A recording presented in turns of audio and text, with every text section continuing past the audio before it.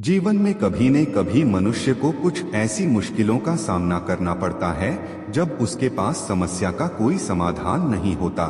ऐसे में श्री गीता की मदद से वह समस्याओं का समाधान पा सकता है। साथ ही गीता के अध्याय का महात्म्य पढ़ने से व्यक्ति को मोक्ष मिलता है। यहाँ पढ़े गीता के चौथे अध्याय का महात्म्य। लक्ष्मी जी ने पूछा, हे स्वामी, श्री गीता जी के पाठ करने वाले को छूकर भी कोई जीव मुक्ति हुआ है? तब श्री नारायण जी ने कहा, हे लक्ष्मी, तुम्हें मुक्ति की एक पुरातन कथा सुनाता हूँ। गंगा जी के तट पर एक काशीपुर नाम का एक नगर है। वहाँ एक वैष्णव रहता था। वह नित्य गंगा स्नान पर श्री गीता जी के चौथे अध्याय का पाठ करता था। एक दिन साधु वहां बैठ गया और बैठते ही उसको निद्रा आ गई। एक बेरी से उसके पांव लगे और दूसरी से सिर लग गया। वे दोनों बेरियां आपस में कोप कर पृथ्वी पर गिर पड़ी। उनके पत्ते सूख गए। परमेश्वर की इच्छा से वह दोनों बेरियां ब्राह्मण के दो कन्याएं हुई। फिर ब्राह्मण के घर जन्म लेकर उन दोनों कन्याओं ने तपस्या करना आरंभ कर दिया।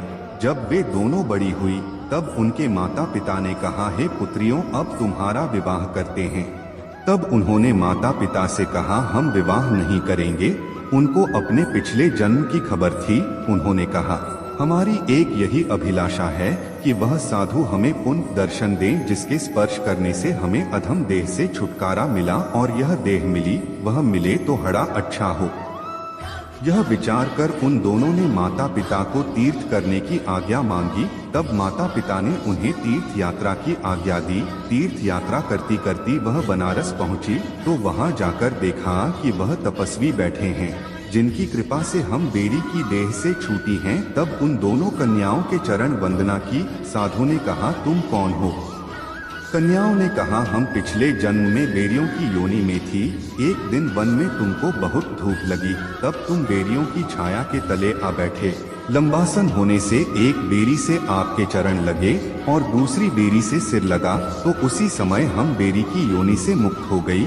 अब हमने ब्राह्मण के घर में जन्म लिया है और बहुत सुखी हैं।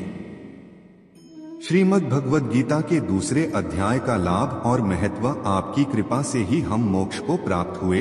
तब तपस्वी ने कहा, मुझे उस बात का पता नहीं था। अब आप आज्ञा करें, मैं आपकी क्या सेवा करूं?